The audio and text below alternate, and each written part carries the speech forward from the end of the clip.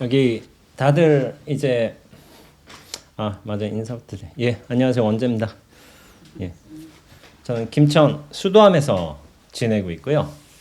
수도함에서 이제 출가는 이제 수도함에서 한 건 아니고 해인사에서 출가를 하고 저희 은사 스님이신 이제 법자전자 스님에게 계를 받고 정식으로 제자가 되고 수도함이 이제 저희 은사 스님께서 중창이라고 해가지고 이제 선원이 워낙 거기가 원래 도량이 있었지만은 선원으로 다시 이제 개원을 하신 거예요. 69년, 70년 그때쯤 하셔가지고 그때 이후로 이제 권속들이 지내고 있는데 보통 이제 노장님의 상자들이죠. 저도 그 상자 중에 한 명이기 때문에 수도함과 인연이 있어가지고 수도함에서 오랜 동안 지냈습니다. 물론 이제 뭐 아시는지 모르겠지만은 이제 보통은 정진 안거 기간 때는 이제 동안거 하안거 때는 이제 각 도량 전국의 여러 도량에서 동안거 하안거를 하고 안거 정진을 하고 그렇게 하면서 정진하다가 산철에는 또 수도함 와서 산철에 또 일반적인 정진도 하고 뭐 글도 쓰고 그렇게 했습니다. 그러다 너무 공부가 안 돼가지고 세계 일주로 도망갔습니다. 공부가 안 돼가지고 공부 잘 됐으면 저는 도망 안 갔습니다. 그런데 공부가 너무 안 돼가지고 화가 나가지고 이렇게 세계 일주로 도망갔는데 뭐 운이 좋은지 뭔지 세계 일주 갔다고 나서 공부가 되게 잘 되더라고요. 그래가지고 조금 일이 좀 터져가지고 이렇게 해가지고 공부가 잘 되는 바람에 이렇게 뭐 글도 쓰고 책도 내고 여러 뭐 강연 법회도 이제 초청을 받고 이렇게 법문도 하게 되고 이런 인연이 있는 것 같습니다. 예, 그래가지고 수도함은 이제 제가 지내는 도량이고 저는 선호에서 20안거를 나고서 동안거 한거 다 합치면 이제 2안거가 되죠. 안거수가 20안거면 10년을 꼬박 이제 선호에서 정진했고 그 이후로는 이제 은퇴 선언을 했습니다. 선언 더 이상 안 나갑니다. 더 이상 안 나가게 된 계기에는 저 스스로의 공부에 대한 안정의 확신이 있었고 또 여러 어른 스님들이 이제 그만 다니라고 이제 그런 식으로 이제 조언도 해주셔가지고 그런 결정하에 이제 선언 안거 정진은 끝냈습니다. 끝나고서 이제는 이제 인연 따라서 법을 설하고 좀 공부하시는 분들 지도를 하고 그런 역할을 조금 지금 하고 있습니다. 그리고 여러분들 아시는지 모르겠지만 제 나이 아세요? 여기 거사님은 아실 수가 있지만 저희 김인옥 교수님께서 이제 저희 모친이랑 동갑이세요. 저희 아들뻘이에요. 아들뻘 말하자면 교수님이 동갑이시고 저희 모친도 이제 을미년생이시고 이렇게 저희 모친 연배 분께서 이제 찾아오셔가지고 이제 수도하면서 제가 적잖이 놀랐는데 물론 이제 70대 되신 분도 계시고 그렇게 하지만은 연배 차이가 24살이나 차이가 나고 아들뻘이고 그런데 이제 공부를 배우시겠다는 의지가 대단하시다 하더라고요. 그리고 당신께서 그 공부 수행하면서 적은 이제 어떤 종류의 깨달음의 내용물들 그런 것도 보면은 상당히 많이 이제 내공을 키우셨구나 그런 생각을 좀 하게 되었습니다. 하게 되었고 오늘 저 김인옥 교수님께서 이렇게 법회를 초청해 주셔가지고 소참식으로 소참이라고 하기에는 약간은 가볍지는 않습니다. 가볍지는 않고 그러나 너무 무겁게 가지는 않게 이렇게 법회를 진행하는 게 좋을 것 같아서 이렇게 한 10여 분 대중 모시고서 그리고 낙동강 뷰가 아주 잘 보이는 이 좋은 저 어디지? 여기 정진터 노을대에서 이렇게 방문을 하게 되었습니다. 원래 이렇게 한 10여 분 정도 모이시는가요? 노을대 정진 때? 아니고요. 예. 한 다섯, 여섯, 셋, 둘 이런 식으로 둘째, 셋째, 넷째 이렇게. 그렇게 하시구나. 그래도 교수님이 뜻을 내셔가지고 그걸 동참해 주시는 분들이 있는 건 참 고무적인 일입니다. 이렇게 그래서 불교와 인연이 각자 어느 정도 계실 수도 있겠지만은 이렇게 뜻을 내서 그리고 김인옥 교수님과 저의 어떤 인연이 그렇게 이어졌기에 여기 놓을 때까지 와서 법문을 하게 되지 않았나 그런 생각을 하고 있습니다. 원래 이제 정진을 할 적에는 법문을 들을 적에는 제방 전통에서는 사실은 이제 입정이라는 걸 하게 돼 있어요. 입정 드립자의 이제 선정 정자인데 선정에 먼저 들고서 그 다음에 이제 정진 법문을 듣는 게 어떤 제방의 기본 원칙입니다. 다른 공부 모임이나 단체에서도 입정에 잠깐씩 드는 경우가 있어요.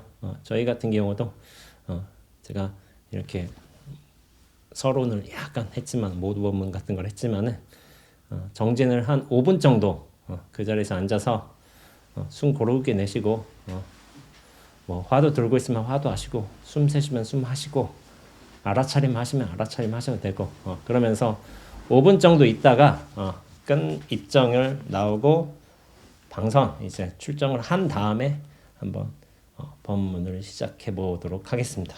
예. 입정 먼저 들겠습니다. 죽비가 없는 관계로 제가 책상을 3번 치겠습니다. 3번 치면 입정이고 그 순간부터 다음에 또 3번 치면은 출정입니다. 예. 선생님 잠깐만요. 제가 이 용어를 처음 들어가지고 입정이라는 것은 어떤 자세로 어떻게 해야 되는지. 그냥 마음을 고요하게 앉아 있으면 되고 자세는 그렇게 중요하지 않습니다. 그냥 앉으신 그대로 고요하게 계시면 됩니다. 예. 입정 들어가겠습니다.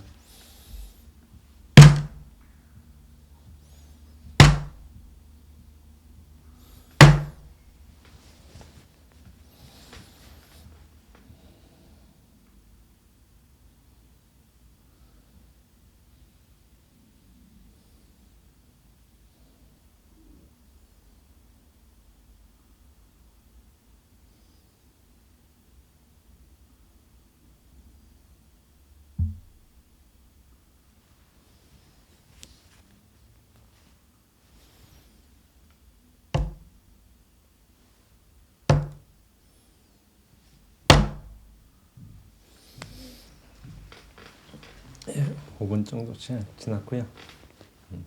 보통 이제 놓을 때 여기에서 정진하시면 얼마나 정진하세요? 뭐 한 30분? 30분. 정진하시고 어떻게 뭐 수행 방식이 따로 정해져 있는가요? 없습니다. 없는가요? 그렇구나. 원래 불교와 인연이 있으신 분은 계세요? 부사님 어디서 많이 뵌 것 같은데. 예. 저는 뭐 인연이라기보다 예. 그 통도사에 있는 그런 스님이 좀 이렇게 자주 이렇게 말씀도 해주시고 해서. 원래 절에 주기적으로 다니시는 분, 종교 활동으로서 안 계세요? 절에는 안 다니고. 그러시구나. 마스크 벗으셔도 됩니다.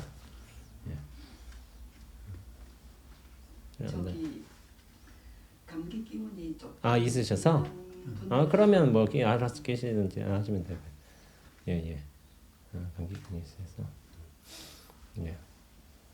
그래도 요 모임 중에 가장 젊은 부부신가요 혹시?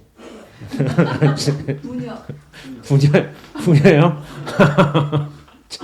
죄송합니다. 제가 마스크를 끼니까 이게 파악이 안 돼가지고 아주 큰 실수를 저질렀네. 그러니까 잘 얼굴이 안 보여요. 이제 또 시력도 안 좋고 해가지고 이렇게라도 빠져나가지. 예. 오늘 저 지금 이상하게 땀이 나네요. 제가 약간. 아니요, 괜찮습니다. 심한 정도는 아니고. 제가 그 오늘 정한 법문 주제는 뭐냐면은 일단 가제를 이렇게 적었는데 진리로 가는 연습 수행이라고 적었습니다. 수행이라고 적었고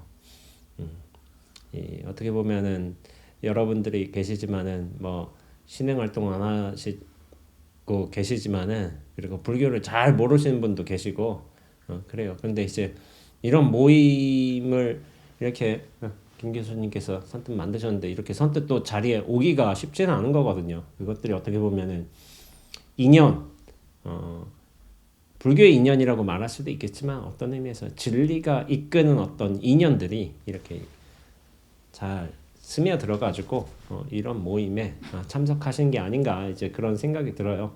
꼭 종교로 들어오지 않더라도 진리의 추구는 이제 인간의 어떤 보편 심성 중에 하나예요. 진리를 알고 싶다, 나를 알고 싶다. 그 근원의 질문은 이제 나를 알고 싶다는 건데 그것들이 나에 대한 탐구가 계속 이어지면서 나중에 진리로까지 그렇게 확장되는 측면이 있어요. 이게 나라는 게 참 신기한 거예요. 인류의 어떤 가장 기본적인 근원적인 질문이 나란 누구인가? 이게 기본 질문인데 이 기본 질문에서 시작해서 진리로 들어간다 고요. 진리로. 근데 사실은 진리에 대한 완성은 사실 이 기본 질문이 끝났을 적에 진리가 확인이 되게 되어 있습니다.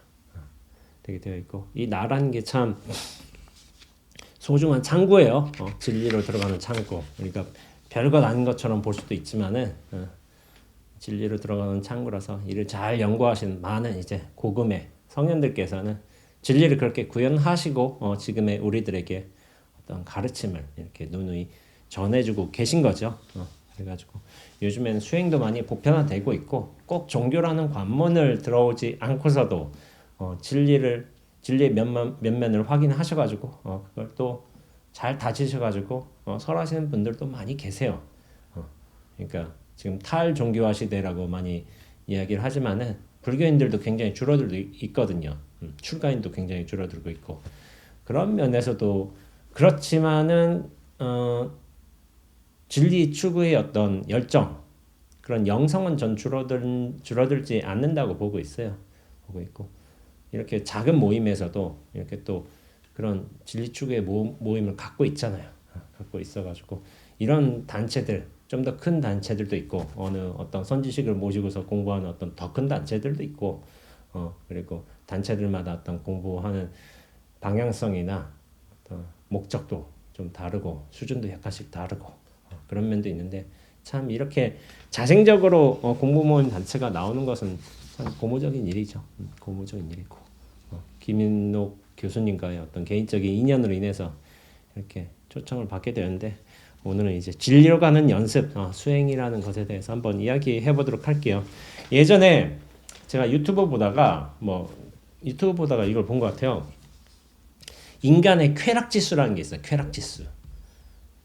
그러면서 이걸 수치화한 거야. 수치화해가지고 무슨 쾌락이 가장 높은가에 대한 조사가 있었어요. 연구가 있었고. 근데 이제 기준점이 필요하겠죠. 기준점 1. 쾌락 지수의 1을 뭐로 잡느냐? 그 기록에 의해서는 조사에 의해서는 적당한 취기나 첫 키스. 첫 키스가 생각보다 작아요. 어떤 고등학생, 중학생한테는 첫 키스가 엄청나게 강렬한 체험처럼 나올 수 있겠지만 여기서는 아마 외국에서 조사한 것 같아요. 제 생각에는. 한국에서는 아닌 것 같고 이 조사 내용도 또 우리나라에 좀 맞지 않는 내용들도 많이 있어요. 1로 되어 있어요. 근데 좀 여기서 다음 독특했던 게 명상이 3점인 거예요. 쾌락 지수가 편안한다든지 어떤 만족감이라든지 그런 지수가 3이고 그보다 높은 게 컴퓨터 게임이에요. 컴퓨터 게임 5점 쾌락 지수. 컴퓨터 게임 하시는 분 핸드폰 게임이라도 하시죠? 옛날에 해보시죠? 저는 엄청 잘하거든요. 저는 선수예요, 선수. 꾸준히 합니다, 꾸준히. 컴퓨터 게임 잘하면은 저는 치매 예방에 도움이 된다고 저는 생각하고 있어요. 물론 병명을 이렇게 하지만은 나중에 이건 긍정적으로 활용될 수가 있고 어떤 긴장된 상태로 명민하게 반응하고 이렇게 하는 게 긴장을 어느 갖춰야 되는 순간도 있어요. 마냥 늘어진 것만 좋은 건 아닌 거예요. 그부터 이제 적들하고 싸우다 보면 긴장하게 되고 이렇게 명민하게 반응하게 되고 그것도 좋은 거라고 생각하고 있고 독서가 10이에요. 쾌락지수. 전 잘 이해가 안 돼요. 독서 예전에는 독서를 제가 엄청 좋아했어요. 여기 아마 책과 인연이 있으신 분들이 계실지 모르겠지만 저는 독서를 엄청 좋아해서 대학교 갈 적에 제가 대학교를 좀 몇 군데 다녔는데 신입생으로 학생증이 나오기 전에 미리 도서관에 들어가요. 그러면서 제일 먼저 하는 일이 뭐냐면은 책 냄새를 맡아요. 책 냄새 맡는 게 너무 좋았어요. 옛날 오래된 책 냄새. 그 정도로 책을 엄청 좋아했어요. 1년에 제가 이런 말씀드렸는데 여러 차례 대학 4년 동안 제가 총 읽은 책 권수를 따져봤더니 도서관에서 2,000권이 돼요. 2,000권이면 적은 권수가 아니죠. 365일이면 1년에 500권 정도가 되는 건데 물론 완독이라고 할 수는 없겠지만 항상 제 가방에는 책이 3권, 4권 정도는 들어가 있었어요. 책을 엄청 좋아했고 책 필사도 많이 하고 노트도 많이 하고 많이 읽고 그랬어요. 그러나 이제 중놀이 하고 난 뒤로서는 책을 잘 안 보는데 이상하게 또 책은 쓰게 돼 있어요. 책은 안 보지만 책은 쓰고 있어요. 책은 쓰고 있고 그런 뭐 인연이 있는 것 같아요. 근데 지금은 더 이상 뭐 책을 엄청나게 보지는 않지만은 책이 쾌락지수 10점이 돼요. 근데 웃음이 15점이에요. 15점. 근데 웃음보다 더 쾌락지수가 높은 게 있어요. 험담. 19점이에요. 19점. 아, 그래서 내가 이렇게 험담하게 좋아했구나 하고서 이런 생각이 들더라고요. 남 욕하면 굉장히 뿌듯해. 뭔가 개운하고. 그렇지 않아요? 남 욕하면은 뭔가 개운해지잖아요. 근데 가끔 남 욕할 때 시원하더라고요. 저는 좋더라고요. 그래서 뭐 그 사람 뒷담화라고 하죠. 뭐 앞담화보단 좀 낫지 않을까 그런 생각이 들기도 하고. 그래서 험담이 좋은 거다. 근데 이제 그보다 조금 더 큰 게 20점으로서 뭐냐면은 합격이나 감동이야. 합격. 대학 입시 합격. 뭐 입사 원서 합격. 이렇게 하면 감동 20점으로 되어 있어요. 감동받으면 좋은 영화 보고 감동받는다든지 아니면 좋은 선물 받고 감동받는다든지 그런 것도 있겠고 숙면 이후의 아침이 35예요. 숙면 이후의 아침. 참 쾌락 지수가 높죠. 잘 자고 나면은 이제 피로가 풀리고 하면은 그게 35점이고. 근데 그 다음으로 큰 게 성관계예요. 성관계가 50점으로 들어가요. 근데 웃긴 게 있어요. 그와 동등하게 50점으로 들어간 게 공포감이에요. 공포감이 또 쾌락지수가 50점으로 들어가요. 이 공포영화 좋아하시는 분들 계실지 모르겠지만은 공포영화 좋아하는 분들 많아요. 또 공포체험 같은 거 좋아하시는 분들 계시고. 저 예전에 그런 일이 있었어요. 중학교 때 약간 제 배짱을 한번 테스트 해보겠다고 뭐 방학 때 밤 12시에 일부러 야산의 묘지들을 돌아다녔어요. 야산에. 이제 없는데 이제 저 어렸을 때는 이제 공포 영화가 뭐가 있었냐면은 가장 무서운 공포 영화가 여곡성이라고 있었어요. 여곡성 아실는지 모르겠지만은 어떤 이제 며느리가 시집 갔는데 어머니가 귀신 들린 사람이야. 근데 마지막에 이렇게 하다가 귀신 들렸는데 마지막에 귀신이 어떻게 잡히냐면은 며느리가 이렇게 탁 가서 옷이 탁 폈는데 여기에 불교 만자 모양이 있어. 불교 만자 모양이 있으니까 이게 탁 드러나니까 귀신이 그걸 보고 하고서 이제 죽는 거예요. 그런 영화가 있었어요. 이게 참 영향이 큰 거예요. 야, 불교 믿으면 귀신도 접근 못하는구나. 그런 영향력이 있을 수도 있어. 물론 이제 우리가 다음 영화들에 밀렸어요. 말하자면은 뭐지? 이렇게 십자가 들고 이제 드라큘라 죽잖아요. 말하자면은. 그럼 이제 그런 영화들이 뭐라고 하지? 이제 귀신 떼는 거 무슨 유명한 영화가 있어요. 엑소시스트. 예, 그런 거 하면은 십자가 그런 걸로도 막 잡고도 하잖아요. 그러니까 그런 영화가 하면서 밀렸지만은 저는 이제 일부러 한번 돌아다녔던 것 같아요. 근데 무서워요. 무섭긴 한데 지금 여러분 혹시 밤에 공동묘지 돌아다니면 어떠시겠어요? 무서울까요? 안 무서우시겠어요? 부사님은 안 무섭다고 하시네요. 바로 안 갈 것 같아요. 안 갈 것 같아요. 어떻게 거사님은 그냥 가야 되면 가서. 가는 거고 거기 1시간 있다 와라. 어휴 담대하시네. 옆에 따님은 비슷할 것 같아요. 어휴. 저는 예전 같으면 굉장히 무서웠을 것 같아요. 근데 지금은 별로 없는 것 같아요. 누가 묻대요. 제가 낙가하면 혼자 살고 있으니까 좀 떨어져서 누가 무섭지 않냐고 뭐 쓸쓸하지 않냐고 어떤 지나가는 분이 물었어요. 산불 처사, 산불 관리하는 처사님이. 그래서 말씀드렸어요. 예전에는 공포감이나 그런 거에 쓸쓸함이 있었죠. 6, 7년 전에 있었어요. 근데 그 이후로는 사라졌습니다. 사라져가지고. 근데 이게 왜 사라졌는가에 대한 저 생각을 해봤는데 그런 생각이 들어요.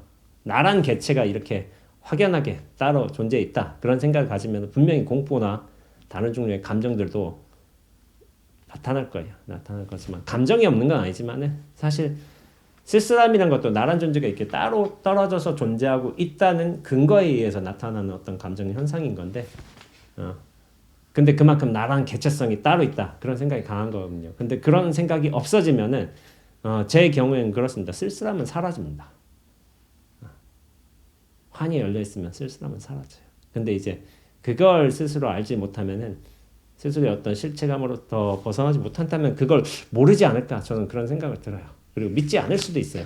근데 수많은 성현들께서는 그런 걸 느끼셨어요. 아셨고 그렇게 돌아가셨고 그런 진리 세계로. 자 그런 것이 있겠고 또 그 다음에 뭐가 있냐면 여행이란 게 있어요. 여행은 55점이에요. 55점. 그래서 여행을 좋아하는 거예요. 새로운 환경, 새로운 음식, 새로운 만남, 어떤 새로운 풍광 같은 거를 이제 보는 거죠. 그러니까 이렇게 있다가 요즘에 지금 여행 풀렸잖아요. 풀리고 지금 제주도가 지금 되게 싸게 내려놓고 있어요. 저기 숙소비나 렌트비를. 왜냐하면 지금 외국에 가고 있어요. 지금 수도함에 태국 스님이 한 분이 와 계신데 방콕 가면은 한국인밖에 없대요. 지금 고삐 풀려가지고 엄청 돌아다니는 거예요. 다른 스님들도 저한테 물어요. 스님 외국 여행 안 가냐고. 좀 봐서. 원래 제가 세계 일주까지 한 양반인데 그러니까 그리고 제가 봄 가을에는 이 코로나 전에는 일본에 한 번씩 갔다 왔거든요. 3박 4일. 생각보다 일본 3박 4일 갔다 오는 거 비싸지 않습니다. 티켓 제일 싼 거 주중에 뽑으면 한 15만 원이면 왕복 티켓으로 골랐어요. 그리고 캡슐 호텔 3만 얼마 4만 원 이렇게 하면은 3, 4일 해도 40만 원을 30만 40만 원 사이쯤에 근데 30만 40만 원에서 그 여행 비용이라고 비싸다고 생각하지는 않아요. 되게 싼 거예요 사실은. 비행기 값까지 포함해서.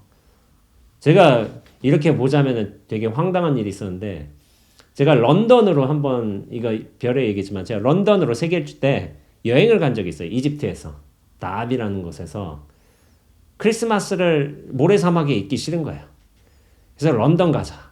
그래서 아껴보자 해가지고 비행기도 제일 싸게 했어요. 얼마 했더라? 한 20몇만 원 주고 했어요. 왕복을. 이집트에서 런던까지. 5시간 반 비행인데. 엄청 싼 티켓, 이지젯인가? 뭐 라이언에어인가? 그런 거 구해가지고 갔어요. 또 거기서 돈을 최대한 적게 들여보자. 그래가지고 카우치 서핑이라고 해서 현지인 집에서 자는 걸로 하고 밥도 해먹고 뭐 커피는 사먹고 뭐 이렇게 해가지고 다 해보니까 런던에서 열흘 있었는데 비행기까지 다 포함해서 제가 50만 원 좀 넘었나?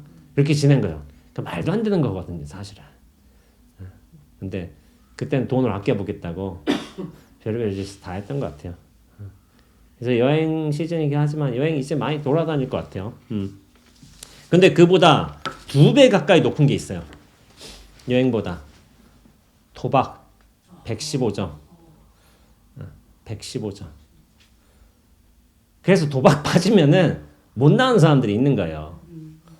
못 나온 사람들. 주변에 뭐 있으시면 안 되겠지만은 도박 저도 뭐 도박을 인터넷 그 있잖아요. 뭐 말하자면 게임하는 그 도박도 아니지. 뭐 폰으로 하는 거는 그냥 뭐 코인도 가짜 코인이고 말하자면은 근데 이제 나중에는 이렇게 뭐 10원 100원 하다가 나중엔 1000원 가고 10,000원 가는 거예요. 근데 그게 진짜 돈이 아니라서 그냥 여기 가상머니라서 내가 뭐 돈 넣는 것도 아니고 그러다 나중에 한 번에 다 있는 거예요. 그러니까 도박은 할 필요가 없는 거구나. 제가 예전에 그런 식으로 약간 뭐 실제로 해본 적도 없지만은 그런 생각이 들었어요. 근데 가장 높은 게 있어요. 그 모든 걸 압도하는 쾌락 지수 중에서 가장 높은 거 뭘까요? 맞추실 수 있을 것 같은데. 마약. 네, 마약이에요, 마약. 어디 경험은 없으니까 경험에서 나오신 건 아니죠. 제가 이런 얘기를 들었어요. 뭐 지방의 재벌들이 있잖아요. 부산도 뭐 이를테면 뭐 제가 아는지 모르겠고 뭐 부산에 뭐가 회사들이 있을 수도 있잖아요. 제가 충남에 대전에 살았기 때문에 충남에 어떤 재벌들이 또 있을 거 아니야. 재벌들의 2세 말고 이를테면 3세 정도 되는 친구들이 처음부터 돈이 많잖아요. 아버지, 할아버지가 읽은 회사가 아니라 할아버지가 읽었으면 할아버지는 투철해요. 투철한 분들이에요. 그런 분들은 근면성실하고. 그런데 2세까지만 해도 괜찮을 수 있어. 그게 어느 정도 사업 정신이 정신이 구현돼 가지고 돼서. 근데 3세들은 그냥 금수저 물고 태어났어. 근데 애들은 처음부터 부유해. 근데 엄청난 부자가 아닌 이제 뭐 그런 데 있잖아요. 뭐 충남에 뭐도 있을 수 있겠고 부산에 뭐도 있겠고. 근데 태어나자마자 집이 뭐 1,000억대야. 이를테면은 1,000억대, 뭐 500억대, 600억대. 그러면 애들이 놀다가 경찰들한테 이런 말을 들은 것 같아. 애들이 맨 처음에 술을 마시는 거죠. 술이 가장 기본적인 그거니까. 그러다가 뭐 이성과의 관계로 빠지는 거야. 그러다가 도박도 빠지고. 근데 마지막은 마약으로 끝난대. 쾌락의 극단인 거예요. 극단이어가지고 종국에는 마약으로 결국엔 심신이 피폐해져서 끝나는 경우가 많다고 저는 들었어요. 근데 그게 경찰이란 말이 있어. 경찰이.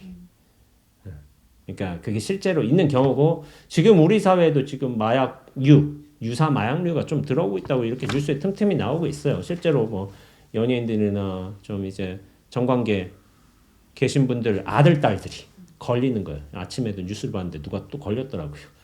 아들이 걸려가지고 뭐 최고위원인가 사죄를 하더라고요. 그런 경우가 있었는데 그럼 제가 웃기잖아요. 수행 모임에 제가 왜 마약 얘기를 할까요? 마약이 어떤 의미에서 굉장히 중요한 주제예요.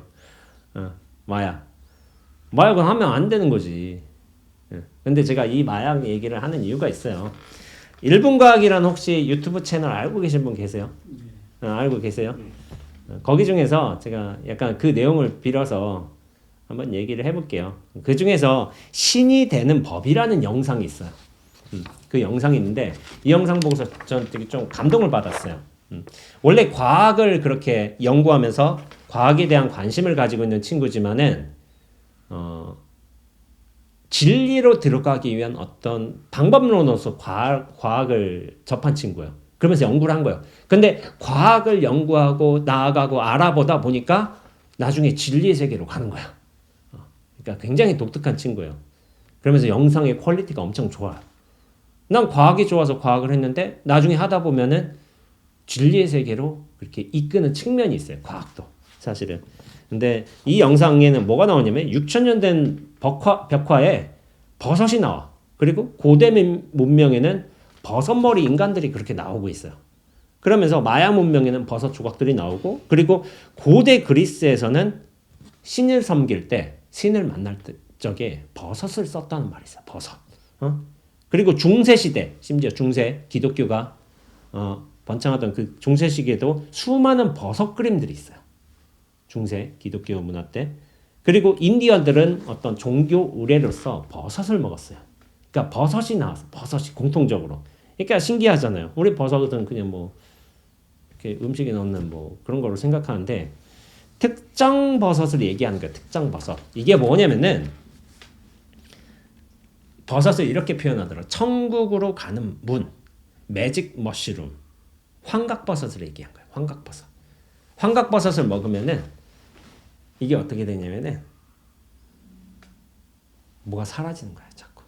그러면서 제가 보니까 유튜브 보니까 환각버섯을 멕시코인가 콜롬비아인가 어디 오지 마을에서 그렇게 체험할 수 있게끔 프로그램도 있더라고요.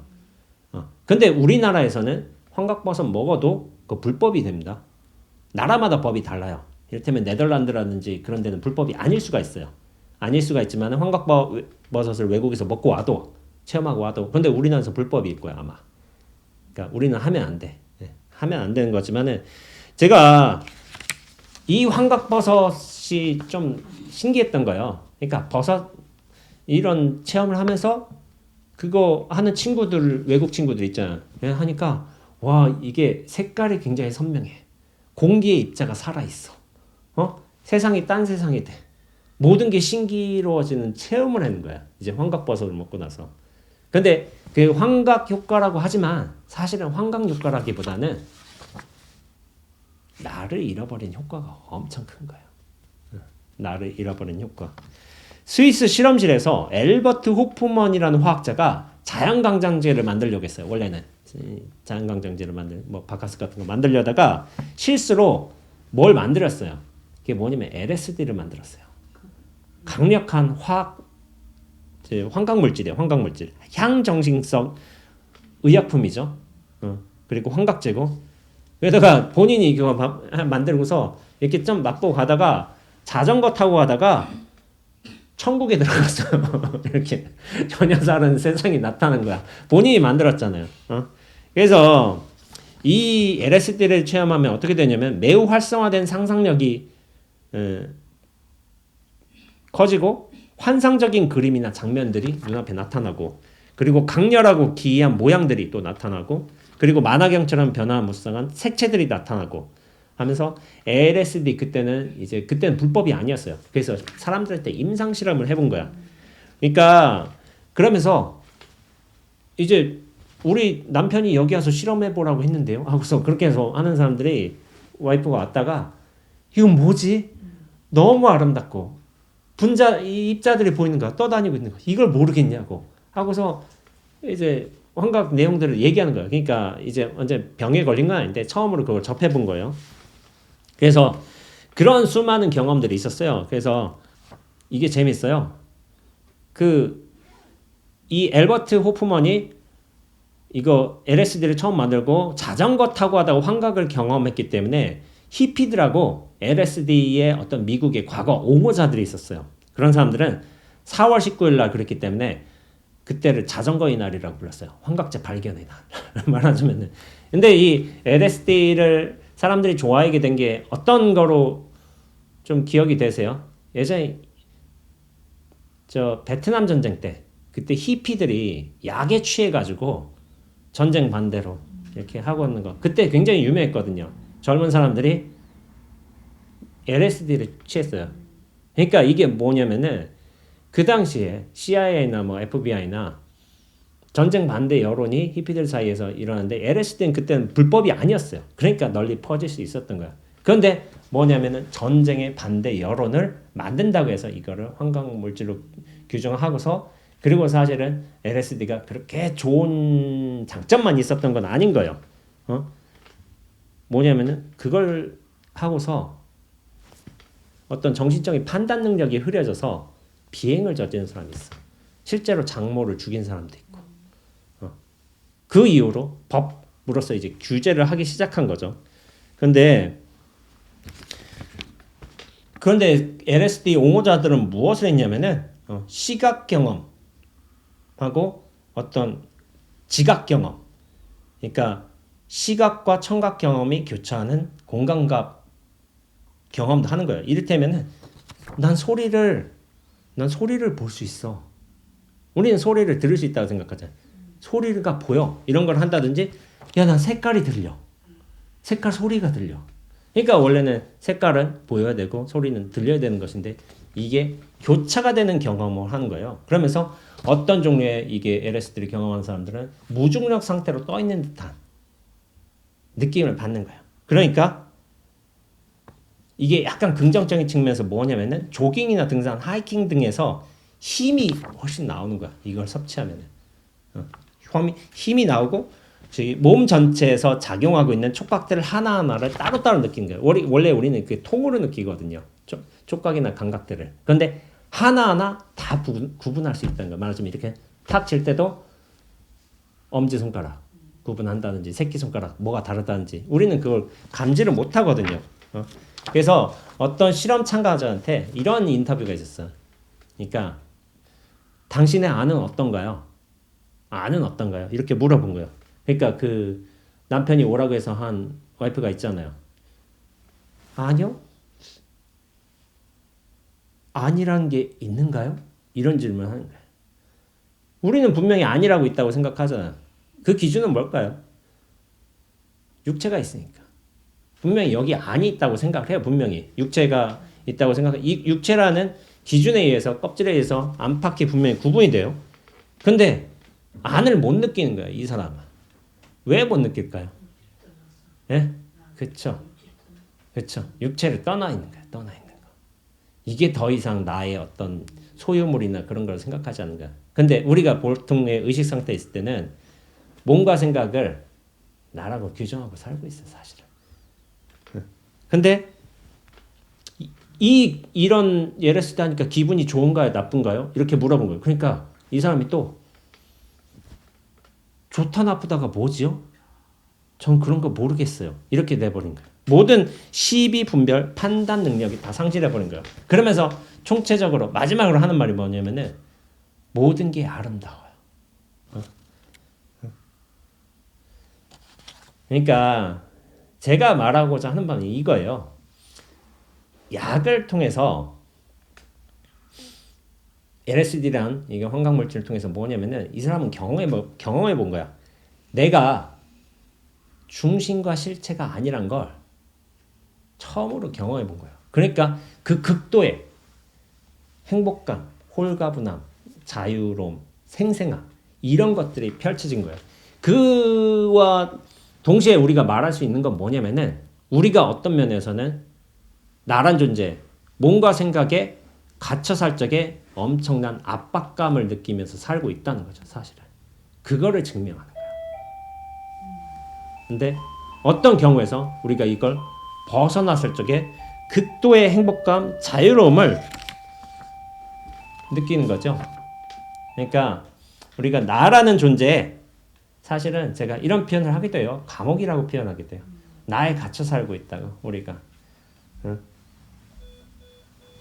근데 우리가 나라는 존재에 너무 오래 갇혀 살면 어떻게 되냐면은 이걸 감옥이라고 여기질 않아요.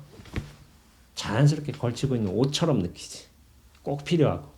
이게 나의 존재감하고. 근데 존재감을 잃어버렸을 적에 그렇게 자유롭게 되는 인간들의 어떤 실험이 있었다니까요. 그래서 예전에는 이제 독재 시절에는 약간 70년대 그때는 이걸 투여해서 슈퍼군인들을 만들면 어떨까 이런 정부 차원에서 이런 기획을 했어요. 기획을 해가지고 군인들한테 투여를 해봤어. 훈련 때. 진짜 전시 상황이 아니라. 그러니까 테러범을 진압하는 훈련한 거예요. 숲속에서. 근데 이 사람들이 초반에는 열심히 뛰어다녀. 딱 투여 맞고서. 그러다가 25분 뒤에는 안 뛰어다녀 이제. 걸어다니면서 슬슬 웃고 있어요. 웃고 있더니 나중에는 총을 집어던져. 그리고 통신하는 법도 잃어버려. 그러면서 어떻게 되냐면은 한 명은 환각작용이 일어났죠. 어떻게 되니까 저 새한테 밥을 줘야 된다고 나무 위로 올라가요. 올라가서 밥을 주려고 해. 사람들 히히히 웃고 다니고 있고. 그러니까 이거는 슈퍼군인을 양성하는 데는 별로 효과가 없는 거야. 사람들이 판단작용이 상실해 버렸으니까. 그러면서 그 군인들이 한 말이 조사를 했잖아요. 국가 차원에서 실험을 해본 거니까 한 말이 모든 게 사랑이에요. 이런 말하고 죽음이 끝이 아닌 거예요. 이런 말하고 있고 무엇이 무한인지 알겠어요. 하고 저는 영원을 느꼈어요. 이런 말 한 거야. LSD를 먹고 나서. 그러면서 이를테면 이 LSD가 불법되기 전에는 무슨 일이 있었냐면은 유명 작가이자 시인 사람이 있어요. 엘렌 진스버그. 환각제를 섭취한 후에 이걸 경험해보고 난 뒤에 우리 서로 미워하지 말고 증오를 없애야 한다면서 환각제를 섭취하고 난 뒤에 실험 도중에 이제 옷을 다 벗고 뉴욕 거리를 뛰어다닌 거예요. 왜냐하면 개체성을 잃어버리니까. 자기에 대한 판단, 이것이 나라는 어떤 존재감이 상실해버렸으니까 모든 게 사랑으로 다 펼쳐지니까 옷 벗어도 사랑이에요. 이게 걸치적거리는 옷인 거야. 그러다가 이제 스티브 잡스, 아이폰 발명가죠. 그 사람도 LSD 됐어요. 불법 되기 전에. 그러니까 이런 표현을 했어요. 이런 증언을 했어요. LSD는 내 인생에서 가장 중요하고 심오한 경험 중 하나였다. 무엇이 중요한지에 대한 내 생각을 보다 뚜렷하게 해줬다. 돈을 벌기보다는 훌륭한 제품을 만들고 사물들의 역사와 인간의 의식의 흐름 속에서 파악하는 것을 도왔다. 아내를 포함해 나와 아무리 가까운 사람이라도 환각제 LSD를 복용해 보지 않은 사람은 나의 경험을 절대로 이해할 수 없다. 이 사람은 LSD가 가장 인생의 가장 심오한 경험 중에 하나였다고. 왜냐하면 객체성을 상실해 보는 거야. 전체의 어떤 맥락에서 내 생각을 뚜렷하게 보는 거야. 이게 LSD 특징이 뭐냐면은 나를 객체로 만들어 버려요. 전체에서 보기 때문에. 보통은 내가 본다고 생각하죠. 이 실체로서. 근데 확 전체로 뻗쳐 나가면서 전체로서의 안목을 한 번씩 경험해 보는 거야. 이게 근데 사람마다 다른 경험일 수가 있어요. 그래서 심지어는 캐리 멀리스라는 1993년도 노벨 화학상 수상자가 있어요. 그 양반은 1960년대와 70년대 초에 나는 많은 LSD를 복용했다. 노벨 화학상 수상자예요. 근데 그런 증언하는 거. 나 LSD 많이 먹었다고. 당시 버클리에서는 많은 사람들이 그렇게 하고 있었다. 60년대, 70년대 히피 운동, 반전 운동 그런 게 벌어질 적에 그때는 아직 불법이 아니었어요. 근데 그러면서 그리고 나는 그것이 마음을 여는 경험이라는 것을 깨달았다. 그것 LSD는 확실히 내가 들었던 어떤 과목보다 훨씬 더 중요했다. 큰 경험이었던 거예요. 마음을 열었다고 했어요. 마음을 열었다고 하는 거. 근데 마음을 열었다는 게 좀 신기하지 않은가요? 내가 모르는 어떤 다른 세계가 있는 거야, 분명히. 그게 확 열려버린 거야.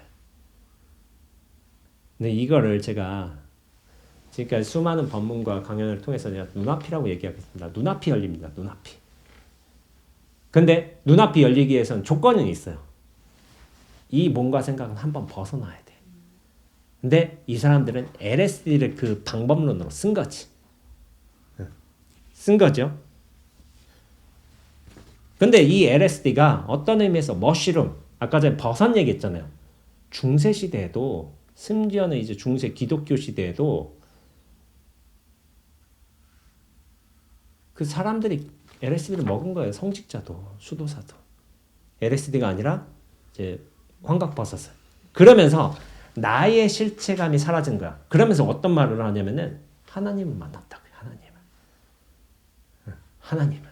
근데 하나님 여기 기독교인은 안 계실 거라 생각하지만은 기독교인 계실 수도 있지만은 하나님은 모양하고 우리가 이름을 하나님이라고 하지 모양이 있어요. 성별이 있어요. 소리 있어요. 없어요. 사실은. 그런 형상화를 안 하게 돼 있어요. 하나님은. 왜 형상화가 안 되냐면은 형상이 없기 때문에. 진리는 형상이 없어요. 보편의 진리로서 말한다면 형상이 있는 건 속는 거예요. 그러나 형상 없으면서 그 모든 인연 따라 형상으로 드러날 수 있어. 근데 그 드러난 형상을 진리라고 생각해서는 안 돼요. 그걸 이제 화신이라고 부르기도 하는데 그런 모양으로 인연에 맞게끔 드러날 수 있지만 다른 모양으로도 드러날 수 있는 거야. 그게 어떤 진리의 속성인 거예요. 하나님을 경험했다고 하는데 뭐냐면은 하나님을 경험한 방법은 어떻게 보면 굉장히 쉬워요. 나란 존재만 팍 벗어나면 그때요. 그러면은 곧장 하나님을 만납니다. 근데 하나님은 뭐냐면은 어떤 대상이나 조건이나 상황이나 소리 그런 게 아닌 거예요. 이 전체와 만나는 거예요. 전체와. 그런데 우리가 나라는 몸과 생각에 감옥에 갇혀있는 이상은 이 전체를 절대로 만나지 못해요. 뜨문뜨문 경험이 올 수는 있어. 근데 그게 전체로서 확장되기에는 힘이 좀 많이 약해요. 그래서 과거 수도사들은 수도하는 사람들도 했어요. 환각버섯. 인디언 부족들 어떤 의례를 할 적에 중요한 의례를 할 적에 이것을 마시고 시작해요. 그러면서 나를 초월해버리는 경험을 하는 거지. 근데 이분들도 분명히 어떤 종류의 규정이 있을 거예요. 너무하면 어떤 종류의 불상사가 발생할 수가 있어요. 판단 능력이 흐려지기 때문에 어느 수준에서 통제하게끔 분명히 그런 일이 있을 거예요. 그래서 아까 전에는 이 캐리 멀리스라는 사람이 마음을 여는 경험이라고 했잖아요. 근데 마음을 연다는 건 뭐냐면은 어떤 이게 과학적인 근거로 이렇다고요. LSD와 머시름을 섭취하면은 특정 부위가 비활성화된다는 거예요. 비활성화. 근데 그것을 DMN이라고 부른대요.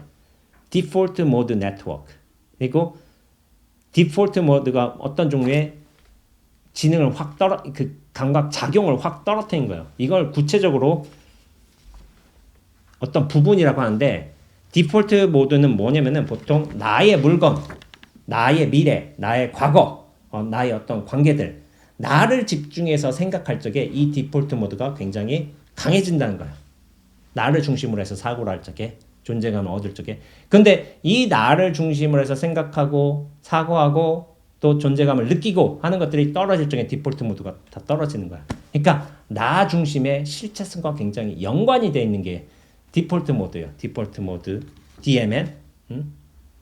근데 이것이 또 디폴트 모드가 비활성화되는 게 또 누구한테 나타나냐면은 오래된 명상 수련가들한테 나타나요. 조사를 해보면 오래된 명상을 하는 사람은 나에 대한 중심성 실체성이 엷어졌다는 거예요. 엷어졌다. 완전히 사라진다. 그럼 또 별개의 문제가 되겠지만은 그러니까 나란 개체를 상정할 적에 반드시 필요한 게 DMN, 디폴트 모드 네트워크인 거예요. 근데 여러분들 생각해 보세요. 나란 존재가 언제 생겨났을까요?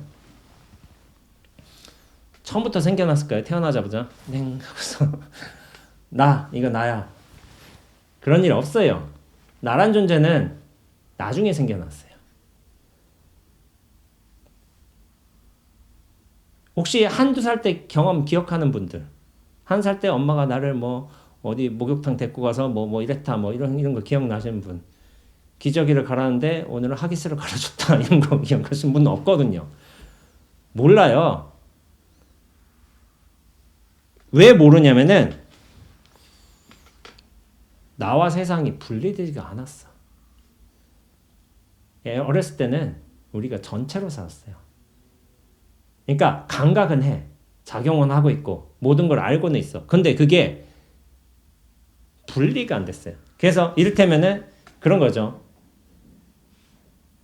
이런 비근한 예시지만은 어렸을 때 내가 이를테면 민수라고 해봐.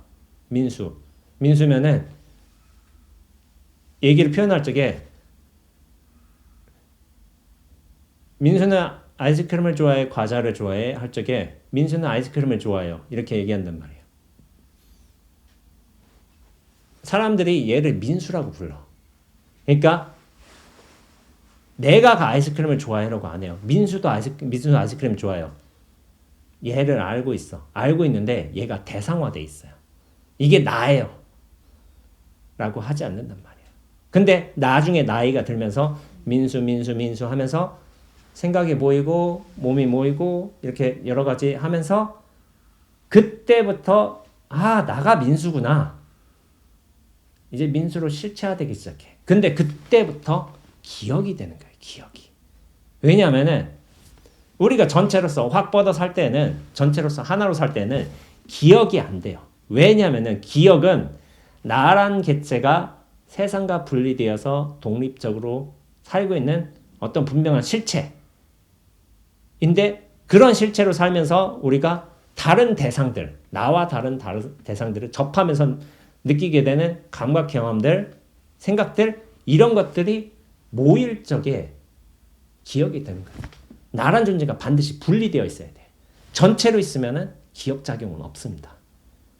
분명히 일은 벌어지고 있지만은 기억은 안 나요. 근데 나란 실체로 딱 모여서면 그때부터 기억이 나는 거예요. 그래서 우리가 어렸을 때 첫 유년기의 기억을 3살, 4살로 잡고 있어요. 한두 살은 잘 안 돼. 왜냐면 나란 존재가 분리가 안 돼 있어요. 우리는 한두 살 때 그렇게 한다니까요. 근데 다 해요. 이미 보고 마시고 웃고 똥 싸고 옹옹옹 하고 있고. 근데 나란 존재가 뭔지 몰라. 그러다가 나란 존재가 생겨나면서부터 그때부터 기억이 모이기 시작한 거야. 근데 기억이 또 어떻게 되냐면 나란 실체를 또 강화해. 계속 쌓이면서. 그러면서 뭐냐면은 나란 실체가 딱 생겨나면서 뭐가 되냐면은 우리가 세상에서 분리가 됩니다. 이건 나고 저건 너야. 이건 나고 저건 하늘, 저건 구름이야. 이건 나고 저건 차야, 찻잔이야. 모든 게 다 분리돼요. 근데 한두 살 때는 분리가 안 됐어요. 그래서 어떻게 되냐면은 세상이 신기해. 저 뭐지? 어떤 의미에서 한두 살 때는 우리가 LSD나 매직 머시룸을 했던 것처럼 세상이 신비롭게 보는 거예요. 그러니까 애들 봐봐요. 딸랑이는 종소리를 계속 쳐다보고 있다는 거예요. 이게 신비로워가지고. 보통은 우리는 종소리라 생각하면 그건 종소리야 라는 식으로 이미 인지하잖아요. 새로울 게 없어. 뇌라는 건 뭐냐면은 자기가 경험된 요소들을 최대한 빠르고 효율적이게 처리하는 거예요. 종소리라는 걸 알기 때문에 더 이상 새로운 것으로 적용하지 않아요. 그런데 전체로서 개체로 분리되지 않은 그 어린애들은 그게 마냥 신기해요. 계속 1시간 쳐다보면 쳐다봐요. 또 그런 경우도 있어요. 그렇기 때문에 우리가 어떤 의미에서 나란 개체가 생길 때는 그때부터 나의 존재감이 생기기 때문에 나의 중심과 실체로서 모든 세상과 대상들을 판단하지만 그 전에는 있는 그대로를 봤던 거예요. 있는 그대로 어떤 판단 없이 생각 없이.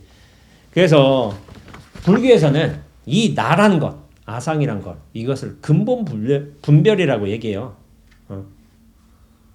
나라는 기준이 생기니까 남이라는 주 객이 생기는 것이고 내가 무엇이 좋다 나쁘다 생기는 것이고 시비가 생기는 것이고 선악도 생겨요. 그러니까 이 나라는 게 그 모든 분별의 시작점이에요. 시작점. 여기가 탁 시작됨으로써 실체가 됨으로써 세상도 실체로서 존재할 수 있는 거예요. 객체로서 대상으로서. 근데 이게 사라지면 세상은 실체로서 존재하는 게 아니라 있는 그대로 존재하게 돼요. 근데 시비, 분별, 판단 이전에 생생함으로.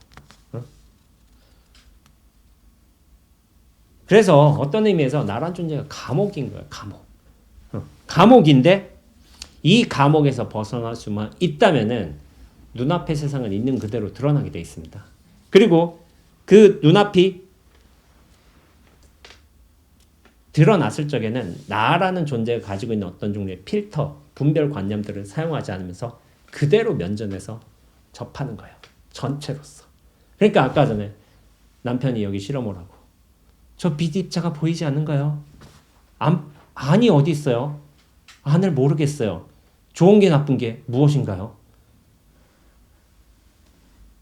모든 것을 아름다움이라고 봤던 것이고 어떤 의미에서 기독교 관념에서 그런 거죠. 이게 모두 다 사랑이에요. 다 사랑이에요. 단순히 새가 날아가는 그런 모습이 사랑만이 아니라 새가 어떤 의미에서 애벌레를 탁 물고 가는 모습도 사랑인 거예요. 사랑. 그 사람한테는. 근데 우리는 그렇지 않잖아. 저 애벌레 불쌍해서 어떡하노? 그럼 또 어떤 사람 또 얘기하죠. 새 뭐 먹고 살라고. 이게 모든 시비 분별 판단이 막 겹치는 거예요. 근데 기대 없이 감각에 의해서 세상을 보기 때문에 나란 존재가 사라지면 그 감각 작용이 굉장히 투명해지고 어떤 종류의 사랑처럼 이제 느껴지는 거죠. 그래서 제가 이 1분과 이 영상에서 굉장히 인상 깊었던 말이 있어요. 우주는 하늘 전체를 이용해 그림을 그리고 땅 전체를 이용해 조각품을 만든다. 우주, 하늘, 이 자연, 세상. 게다가 이건 24시간 변화하는 미디어 아트다. 이게 우주는 하늘을 전체를 이용해 그림을 그리고 땅 전체를 이용해 조각품을 형상들이 나오잖아요. 우주는 하늘 그림도 있고 별도 있고 달도 있고 수많은 것들이 나타나는데 근데 이게 24시간 변화해. 생생하게 변해. 근데 이게 엄청난 미디어 아트야. 근데 이거 우리는 못 느끼고 살고 있어요. 여행하다 보면은 색다른 풍광을 보면은 우리가 이를테면은 그랜드 캐니언에 간다고 해봐. 전혀 못 본 풍경이잖아. 그제서야 이런 게 있구나. 너무 아름답구나 하는 거야. 근데 뭐냐면은 그거는 우리가 지금껏 인지하지 못했던 어떤 풍광의 새로운 모습으로 들어온 거예요. 그러면서 그 아름다운 모습에 압도돼 가지고 어떤 의미에선 나의 존재감, 실체감이 엷어지는 거예요. 그러면서 굉장히 희열감이 느끼는 거예요. 쾌락을 느끼고. 아까 전에 공포가 50이라고 했잖아요. 공포가 왜 쾌락을 느껴질까? 대상에 어떤 경계, 상황, 무서운 거에 집중되어 있어가지고 나를 잃어버린 거야. 나를. 그것도 어떤 의미에서 희열감인 거야. 근데 아까 전에 또 얘기했잖아요. 숙면 이후의 아침. 응? 그런 것도 있겠고 컴퓨터 게임도 있겠고 독서도 있겠고 도박. 나를 잃어버린 거예요. 어느 정도 다 작용들이. 근데 나를 잃어버리는 가장 극단적인 게 마약이란 거죠. 마약. 그러니까 이 나라는 게 엄청난 무게감, 중압감, 감옥처럼 느껴지는 거야. 사실은. 그러니까 이 수많은 방법들을 쾌락으로서 쫓는 거야.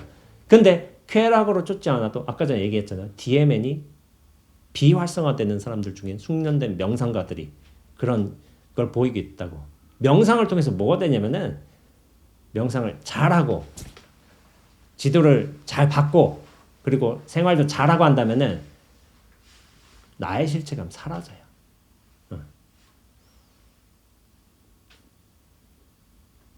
근데 이거는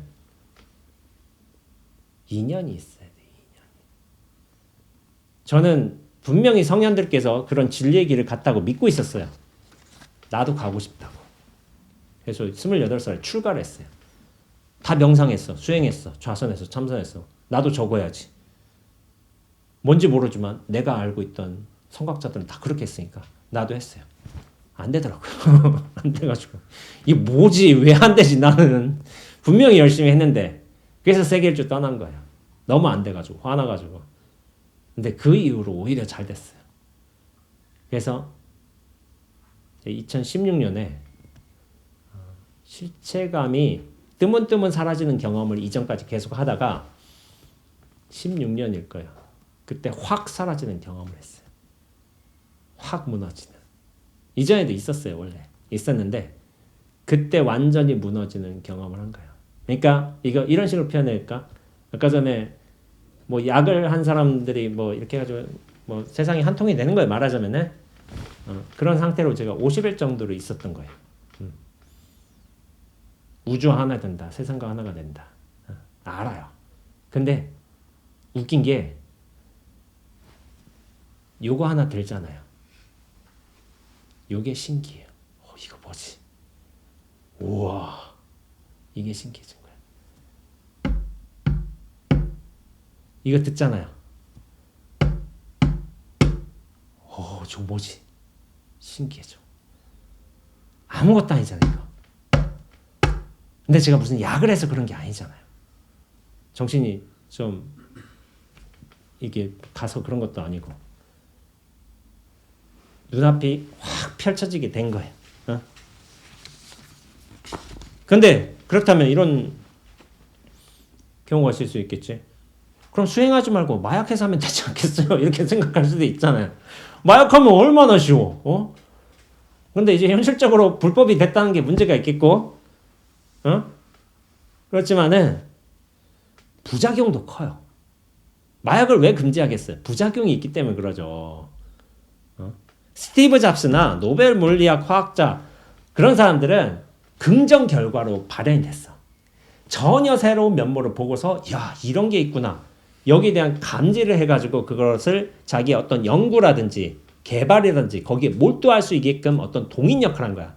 근데 이런 사람들은 기본이 좋은 사람들, 어느 정도 긍정적인 영향을 미쳤던 거지만은 환각에 취해서 시비 판단 분별 능력이 떨어지니까 장모를 죽인 하버드대 의사가 있었어요. 하버드대 출신의 의사. 판단 능력이 떨어져. 찔러도 될 것 같아. 아무런 문제 없을 것 같아. 그렇게 되는 거예요. 그러니까 오랫동안 LSD를 흡입한 사람 중에 또 뭐냐면 연쇄살인마가 있었어요. 찰스 맨슨. 그리고 여러분들 아시겠지만은 도쿄 옴진리교 교주 아사라 쇼크라는 사람이 있어요. 쇼코. 이 사람들이 LSD를 복용했어요. 이 사람이. 그래서 스스로를 신이라고 여겼어. 그러면서 어디 뭐 선거에 나는데 떨어졌나?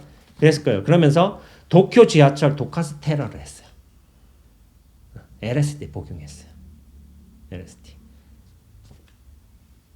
LSD가 일종의 좋은 경험이 될 수도 있지만 그래서 빠지지 않으면 그 빠져버린 사람들 이게 합법화시켜버리면 빠져버린 사람이 있을까요?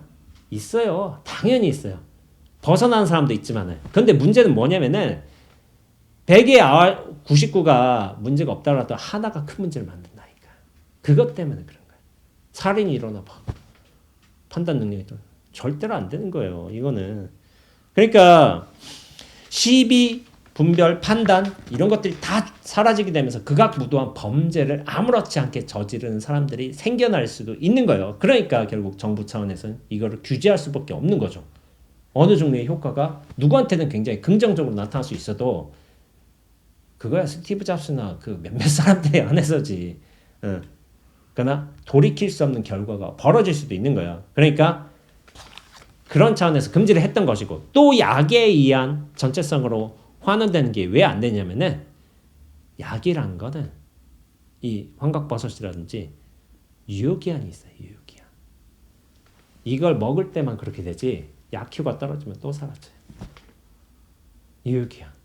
그러면은 어떤 조건에 의해서 어떤 상태로 들어가고 빠져나온다 한다면 그거는 진짜가 아닙니다. 우리는 진짜로 취급하지 않아요. 조건이나 상황, 어떤 흡입이라든지 그런 거에 의해서 뭐 선정이나 뭐 깨달음이 펼쳐지고 그게 사라지면 깨달음도 없고 이게 가짜예요. 가짜. 그리고 여기 중독이 되는 거예요. 중독이. 근데 뭐냐면 수행이란 거는 그런 중독 효과가 아니에요. 스스로 내가 그렇게 만드는 거예요. 나의 실체감을 떨어뜨리면서 눈앞으로 확 뻗쳐가면서 세상의 진리들을 있는 그대로 나를 써가면서 보는 거야. 어디에 물들지도 않고 비행을 저지르는 것도 아니고 실체감이 딱 떨어져. 굉장히 안전한 방법이에요.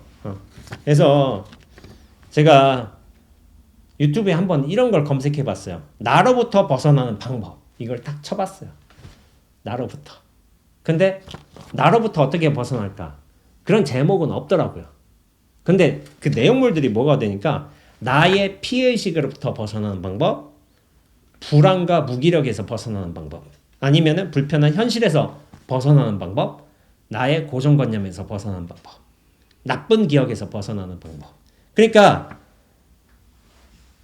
모든 내용물들이 있어. 피해의식, 불안, 무기력, 현실, 고정관념 이런 건 나쁜 기억은 그거는 벗어날 수가 있는데 이게 다 내용물들이잖아요. 나 자체로부터 벗어날 수 있는 방법 그건 없는 거예요. 난 그걸 찾아왔는데 말하자면 어떤 내용물들은 벗어날 수 있지만은 나를 구성하고 있는 내용물들은 줄이고 떨궈낼 수 있고 약간 경감시킬 수 있지만은 나 자체로부터 벗어날 수 있는 방법은 없는 거예요. 그만큼 우리 인간 존재라는 건 뭐냐면 나를 너무 당연하게 생각해. 이게 넌 당연히 나잖아. 이게 나잖아. 이게 나로서 존재하고 있잖아. 나는 실체잖아. 이렇게 하지만은 이게 사실은 당연한 사실이 아닐 수도 있다는 거예요. 우리가 애들 때, 한두 살 때 세상을 있는 그대로 봤던 것처럼 나란 존재를 인지하지 못했던 것처럼 그리고 어떤 의미에서 이런 환각 형정실성 의약품이나 그때 나를 잃어버리거든요. 근데 그게 중독 효과를 일으켜. 또다시 이런 쾌락을 경험하고 싶어. 그래서 다시 약을 찾게 돼. 나를 잃어버리니까 얼마나 홀가분해. 근데 이런 경험뿐만 아니라 고통, 심지어는 어떤 심각한 고통이 오게 되면 또 나를 잃어버려요. 여러분들 뭐 그런 일이 있는지 모르겠지만은 박완서 선생님 같은 경우는 그런 경험을 하기도 했지만 아들이 애지중지하던 아들이 있을 수 있어요. 여기 어머니들이 많으시지만은 내가 정말 아끼고 사랑하는 아들이 있어. 뭐 서울대 의대도 갔어. 의사 레지도 하고 있어. 근데 교통사고로 단순에 죽어버렸어. 그럼 절망에 빠져요, 다. 내가 이 30년을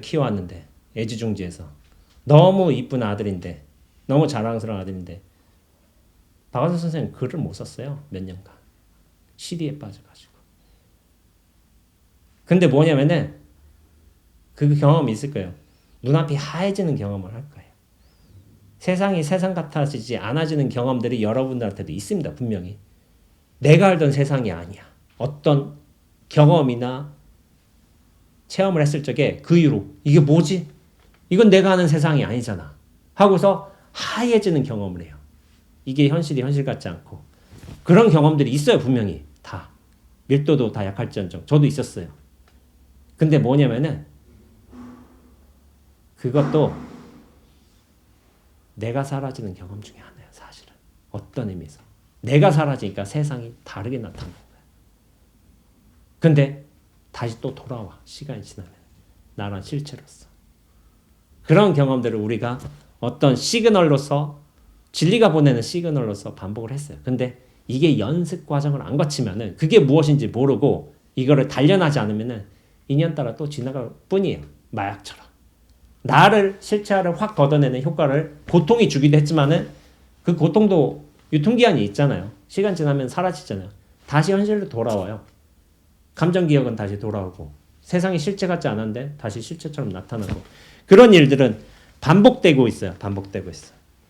그래서 고통이라면은 그걸 감당하지 못하고 사람들이 힘들어하고 어떤 의미에서 정신적인 고통이 크다면은 정신병원에 갈 수도 있어요.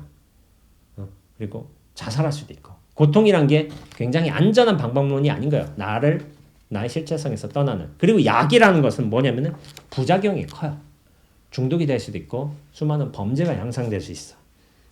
그러나 수많은 성현들께서 이 수행을 통해서 나란 실체에서 확 벗어나는 경험을 하셨고 그로 인해서 진리의 면면들을 파악하셔서 그걸 깨달음을 주신 거예요.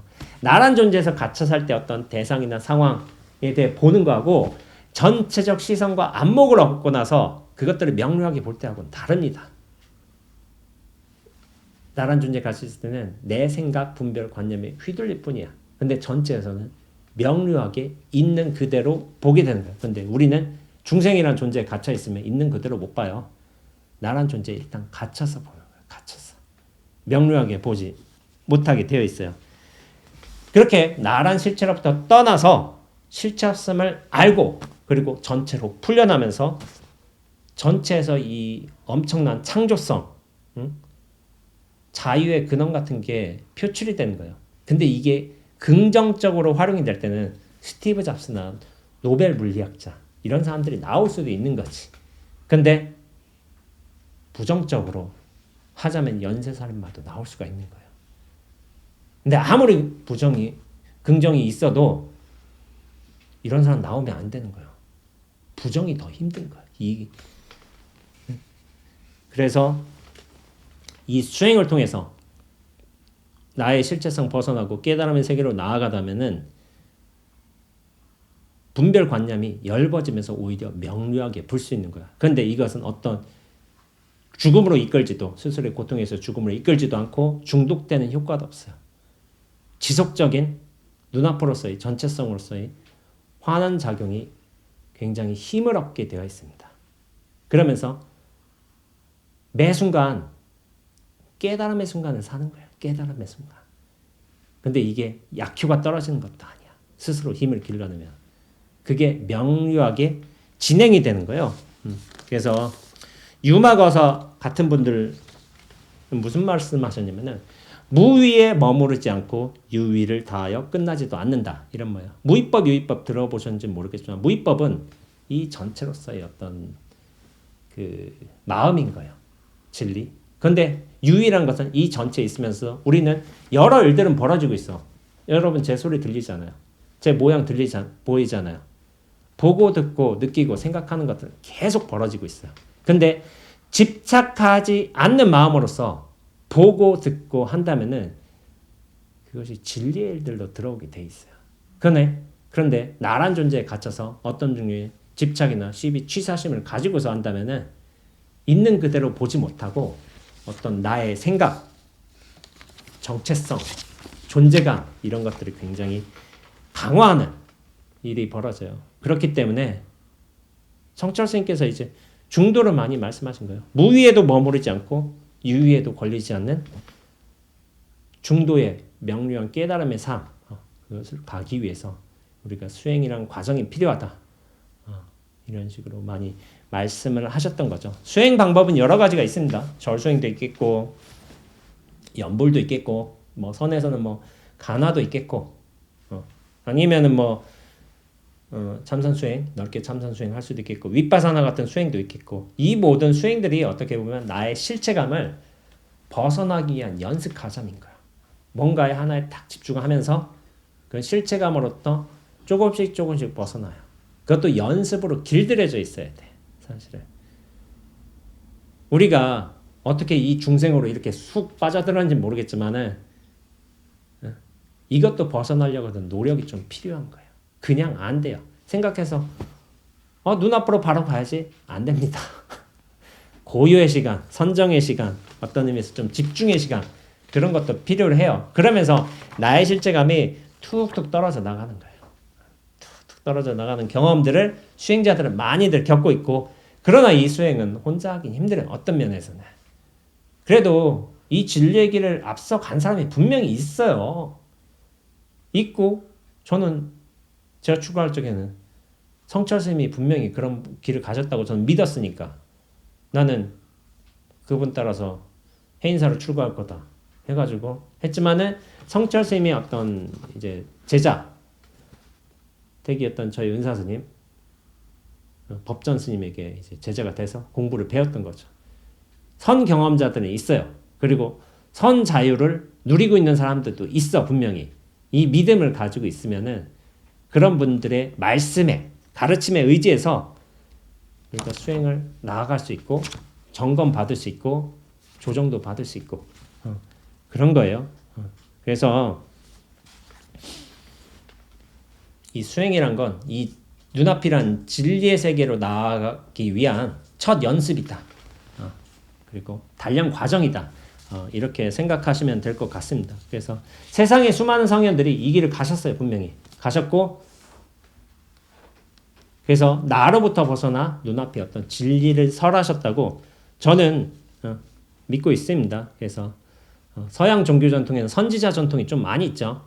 선지자로 이렇게 지명을 당하셔가지고 이렇게 하시지만은 동양 세계에서는 좀 달라요. 자신의 내면을 관찰하면서 고유의 선정으로 들어가면서 번뇌가 쭉 줄어들면서 어떤 진리와 확 기연으로서 만나게 되는 경험이 훨씬 많아요. 동양 전통과 서양 전통이 이렇게 다른데 근데 그 많은 분들께서 명상 수행을 하시면서 면벽을 하시면서 이렇게 진리를 구하셨어요.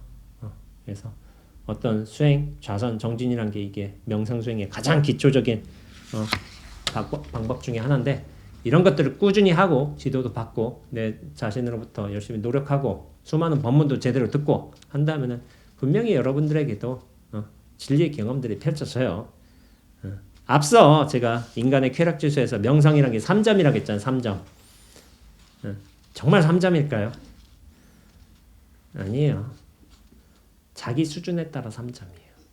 자기 수준에 따라 자기 실체화를 벗어나는 만큼 3점이 될 수도 있고 30점이 될 수 있고 50점이 될 수도 있고 120점, 150점이 될 수도 있습니다. 실체화 벗어나는데 이 전체로서 환원되는 이 전체는 깊이가 없어요. 사실은. 수준도 없고 무한한 거예요. 무한한 거. 사랑이 무한하고 영원을 알았어요. 그런 말 하잖아요. 이 전체 우리가 온전히 깊은다면 거기엔 점수가 없어요. 점수가. 무한할 뿐이에요. 무한할 뿐. 그러면서 이 전체로 살아가면서 보고 듣고 느끼고 생각하는 이런 다양한 이루어지는 경험들이 진실로 분명히 드러나게 될 겁니다.